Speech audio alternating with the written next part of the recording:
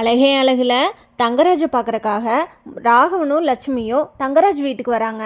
அங்கே வந்தோடனே ராகவன், மாப்பிள்ள இப்போ உங்களுக்கு எப்படி இருக்குது அப்படின்னு கேட்குறாரு. அதுக்கு தங்கராஜ், மாமா உங்களுக்கு இருக்கிறத விட எனக்கு பிபி கொலஸ்ட்ரால்லாம் தாறுமாறாக ஏறி கிடக்குது அப்படின்னு சொல்கிறாரு. அதுக்கு ராகவன், விடுங்க மாப்பிள்ள எல்லாம் சரியாயிரும் அப்படின்னு சொல்கிறாரு. அதுக்கு தங்கராஜ், ஏங்க மாமா நீங்கள் வேற, உங்களோட வயசுக்கு உங்களுக்காவது பாயிண்ட் லெவலில் தான் அதிகமாக இருக்குது, ஆனால் எனக்கு ரொம்ப அதிகமாக இருக்குங்க மாமா, என்ன பண்ணுறதுனே தெரியல, அதனால தான் லைஃப் ஸ்டைலையே மாற்றிட்டேன். நீங்கள் வேணா ரேவதியை கேட்டு பாருங்களேன், அடுத்த முறை நீங்கள் என்னை பார்க்க வரும்போது நான் ரொம்ப ஃபிட்டாக இருப்பேன் அப்படின்னு சொல்கிறாரு தங்கராஜ். உடனே லட்சுமி, மாப்பிள்ள உங்களோட நல்ல மனசுக்கு உங்களுக்கு எதுவும் ஆகாது, நீங்கள் நல்லா இருப்பீங்க அப்படின்னு சொல்கிறாரு. அதை கேட்ட ராகவனும் ஆமாங்க மாப்பிள்ள உங்களுக்கு எல்லாம் சரியாயிரும் பாருங்களேன் சீக்கிரமே அப்படின்னு சொல்கிறாரு. ஆமாம் மாமா, சரியானா நல்லது தானே, சரி சாப்பிட்லாம் மாமா அப்படின்னு சொல்கிறாரு. அதுக்கு லட்சுமியும் ராகவனும், இல்லை மாப்பிள்ள நாங்கள் வீட்டுக்கு போயே சாப்பிட்டுக்கிறோம் அப்படின்னு சொல்கிறாங்க. இதை கேட்ட தங்கராஜ், என்னது என்னை பார்க்க என் வீட்டுக்கு வந்துட்டு நீங்கள் 2 பேரும் சாப்பிடாம போகிறதா, ரேவதி சாப்பாடு எடுத்து வை அப்படின்னு சொல்கிறாரு தங்கராஜ். உடனே ரேவதி, இதோ எடுத்து வைக்கிறேங்க அப்படின்னு சொல்கிறாரு. இதை கேட்ட தங்கராஜ், ரேவதி நான் சொன்ன மாதிரி 2 பொரியல் பண்ணிட்டியல அப்படின்னு கேட்குறாரு. பண்ணிட்டேங்க அப்படின்னு சொல்கிறாங்க. என்ன குழம்பு வச்சுருக்க அப்படின்னு கேட்குறாங்க. சிக்கன் குழம்புங்க, ஆயில் கம்மியாக தானே ஊற்றி செஞ்சுருக்க அப்படின்னு கேட்குறாங்க. ஆமாங்க, ஒரு டேபிள் ஸ்பூன் ஆயில் தாங்க சேர்த்துருக்கேன் அப்படின்னு சொல்கிறாங்க ரேவதி. இதை கேட்டு தங்கராஜ், ஓ சரி சரி மாமா, நம்ம ஹெல்த்தில் கரெக்டாக இருக்கிறது நல்லது தானே அப்படின்னு சொல்கிறாரு தங்கராஜ். ஆமாம் மாப்பிள்ள அதெல்லாம் கரெக்டு தான், நீங்கள் சொன்னால் சரியாக தான் இருக்கும் அப்படின்னு சொல்கிறாரு ராகவன். எங்கே இவன் சொல்கிறத கேட்டாதானே 24 மணி நேரம் உங்கள் வீட்டில் மருமகளை அடிச்சுட்டான், மகனை கிள்ளிட்டான்னு சொல்லி கூப்பிட்டுக்கிட்டே இருக்கிறீங்க. என் பையனுக்கு எங்கே இருக்கும் நிம்மதி, எல்லா பிரச்சனையும் அவன் மண்டையில் போட்டுக்கிட்டான்னா அவனுக்கு இப்படி ஏதோ ஒன்று வரத்தான் செய்யும் அப்படின்னு சொல்கிறாங்க தங்கராஜோட அம்மா. இதை கேட்ட ராகவனும் லட்சுமியும் என்ன பேசுகிறதுன்னு தெரியாமல் ஒரு நிமிஷம் திருன்னு முழிக்கிறாங்க. உடனே தங்கராஜ் இருந்துட்டு, அம்மா என்னம்மா பேசுகிறீங்க, நம்ம ஃபேமிலியை நம்ம தானம்மா பார்த்துக்கணும், நான் இனிமேல் யாரை பார்த்தாலோ என் உடம்பை நான் பார்த்துக்க வேண்டியது என்னோட பொறுப்பு, சரியா, இன்னும் 6 மாதத்தில் நான் சரி பண்ணி காட்டுறேன் என்னம்மா அப்படின்னு சொல்கிறாங்க தங்கராஜ். என்னமோ பண்ணு அப்படின்னு சொல்கிறாங்க. அம்மா விடுங்கம்மா, நீங்கள் டென்ஷன் ஆகாதீங்க, வாங்க எல்லாரும் போய் சாப்பிட்லாம் அப்படின்னு சொல்லிட்டு எல்லாரும் போய் சாப்பிட்றதுக்கு உட்காடுறாங்க. அங்கே போனோடனே ரேவதி எனக்கு ரைஸ் கொஞ்சமாக வெய் அப்படின்னு சொல்கிறாரு. காய்கறியெல்லாம் நிறையா வெய் அப்படின்னு சொல்கிறாரு தங்கராஜ். இதை கேட்ட ரேவதி சரிங்க அப்படின்னு சொல்லிட்டு வைக்கிறாங்க. அதுக்கு தங்கராஜோட அம்மா, அந்த எடை போடுற மிஷின் ஒன்று வாங்கிட்டு வந்தானல்ல ரேவதி, அதை எடுத்து வச்சு சாப்பாட்டை வெயிட்டு கணக்கில் வச்சு போடு அவனுக்கு அப்படின்னு சொல்கிறாங்க.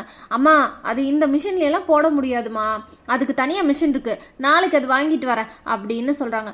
ஐயோ ராமா, இவனோட தொல்லை தாங்க முடியல அப்படின்னு சொல்கிறாங்க தங்கராஜோட அம்மா. லட்சுமியும் ராகவனும் மலர் அவனோட தம்பியோட பொண்ணு பார்க்குற ஃபங்க்ஷனுக்கு கிளம்பிட்டு இருக்கிறத பார்த்துட்டு, என்ன மலர் கிளம்பிட்டியா அப்படின்னு கேட்குறாங்க லட்சுமி. அதை கேட்ட மலர், கிளம்பிட்டங்கத்த அப்படின்னு சொல்கிறாங்க.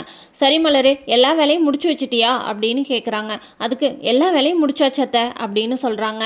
அதுக்கு உடனே லட்சுமி இருந்துட்டு, சரி போயிட்டு நேரமே வா, நேராக இங்கே வா, அங்கே வேலை முடிஞ்சோடனே நீ பாட்டுக்கு உங்கள் அம்மா வீட்டுக்கு போய் உட்காந்துக்காத என்ன, சரியா அப்படின்னு சொல்கிறாங்க.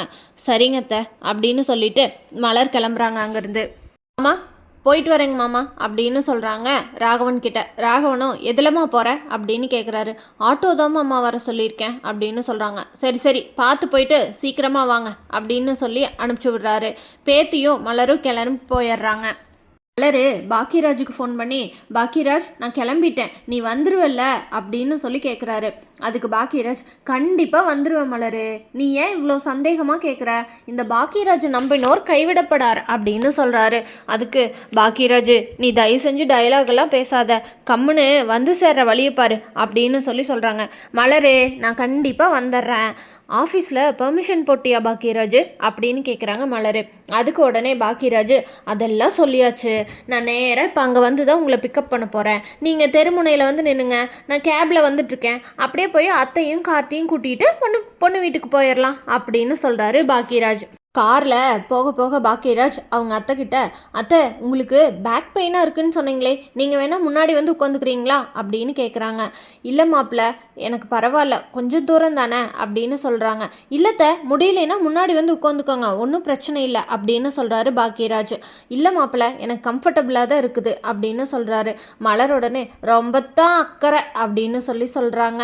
மாப்பிள்ள, நான் உங்ககிட்ட கேட்கணுன்னு இருந்தேன், நீங்கள் 2 பேரும் உங்கள் வீட்டில் சொல்லிட்டு தானே வந்தீங்க அப்படின்னு கேட்குறாங்க. பாக்கியராஜோடைய தயக்கத்தோட, சொல்லிட்டு தான் வந்தேங்க அத்தை, அப்பாவும் அம்மாவும் தான் நீங்கள் போயிட்டு வாங்க அப்படின்னு சொல்லி அனுப்பிச்சி விட்டாங்க அப்படின்னு போய் சொல்லிடுறாரு.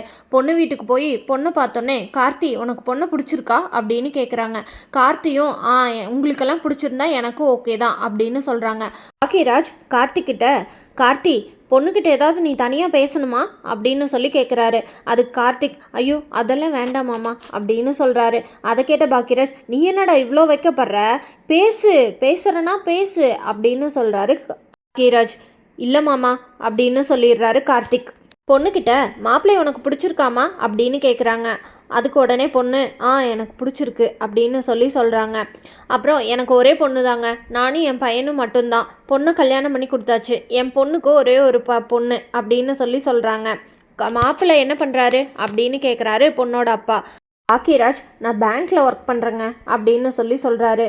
மலர் உடனே பொண்ணோட அப்பா கிட்ட, என் தம்பி இப்போ ப்ரைவேட் கம்பெனியில் நல்ல சேலரியில் வேலை பார்த்துட்ருக்கான், ஆனால் இருந்தாலும் அவன் கவர்மெண்ட் ஜாபுக்கு தான் இது பண்ணிகிட்ருக்கான், எப்படி இந்த வருஷத்துக்குள்ளே அவன் கவர்மெண்ட் ஜாப் வாங்கிடுவான் அப்படின்னு சொல்கிறாங்க.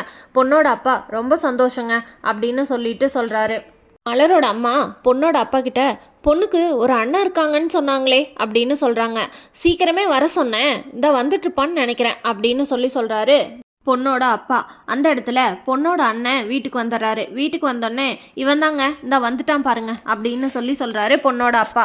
வாங்க வாங்க அப்படின்னு சொல்லிட்டு உள்ளே போய் நிற்கிறாரு பொண்ணோட அண்ணன். பொண்ணோட அண்ணன் தங்கராஜ் கிட்ட வேலை செய்கிற அப்படி இல்லையா, தங்கராஜ் உடனே ஃபோன் பண்ணுறாரு பொண்ணோட அண்ணனுக்கு. டே ராஜா, வந்துட்டாங்களா மாப்பிள்ளை வீடெல்லாம் அப்படின்னு கேட்குறாரு.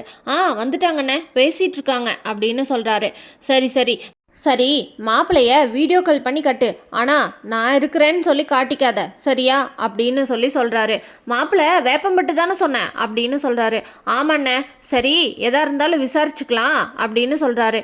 இல்லைண்ணே, மாப்பிள்ளையை பார்த்தாலும் நல்ல முடியாத தெரியுது அப்படின்னு சொல்கிறாரு ராஜா. அதை கேட்டேன், டே ராஜா, எதுக்கும் அவசரப்பட வேண்டாம், எதுக்கும் நீ மாப்பிள்ளைய ஒரு தடவை வீடியோ காலில் எனக்கு காட்டு அப்படின்னு சொல்கிறாரு தங்கராஜ். மாப்பிள்ளையோட அண்ணன் ராஜா வீடியோ காலில் ஃபோட்டோவை கார்த்தியை காட்டின உடனே தங்கராஜ் ஷாக் ஆயிடுறாரு. இதுதானே பொண்ணோட அக்கா குழந்த அப்படின்னு சொல்லிட்டு அம்மா எல்லாத்தையும் லைனாக காட்டுறாரு. கடைசியாக ராஜா பாக்கியராஜும் கார்த்திக்கும் ஒன்றா பக்கத்தில் உட்காந்துருக்க மாதிரி ஃபோட்டோவை காட்டிடுறாரு. இதை பார்த்த தங்கராஜ் ரொம்ப காண்டாயிடுறாரு. ஓ இவனா அப்படின்னு சொல்லிட்டு ராஜா கிட்ட, டே ராஜா, நார்மல் கால் வா அப்படின்னு சொல்லிட்டு, நீ என்கிட்ட எத்தனை நாள்டா வேலை செய்கிற அப்படின்னு கேட்குறாரு ராஜா கிட்ட தங்கராஜ். உடனே ராஜா, 3 வருஷமான ஏண்ணே அப்படின்னு சொல்கிறாரு. என் சொந்தக்காரங்க கூட பழகினவங்க இவங்களையெல்லாம் உனக்கு தெரியாதாடா அப்படின்னு கேட்குறாரு. தெரியுண்ணே அப்படின்னு சொல்கிறாரு.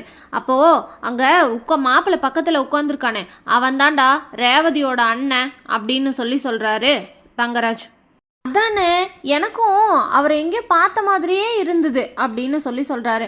உடனே தங்கராஜ், டேய் ராஜா, எதா இருந்தாலும் முடிவை உடனே சொல்ல வேண்டாம், எதையும் நம்பி வாக்கு கொடுத்துறாத அப்படின்னு சொல்கிறாரு.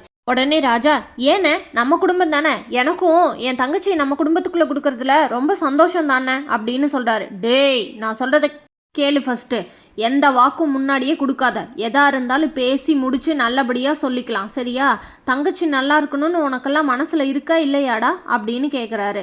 உடனே சரிண்ணே அப்படின்னு சொல்கிறாரு ராஜா. தங்கராஜனால இந்த கல்யாணம் நிற்க போகுதுன்னு எப்படியோ தெரிஞ்சிருச்சு. இந்த கல்யாணம் எப்படி நிற்குதுன்னு தெரிஞ்சுக்க நம்ம சேனலை மறக்காமல் லைக், ஷேர் அண்ட் சப்ஸ்கிரைப் பண்ணிக்கோங்க.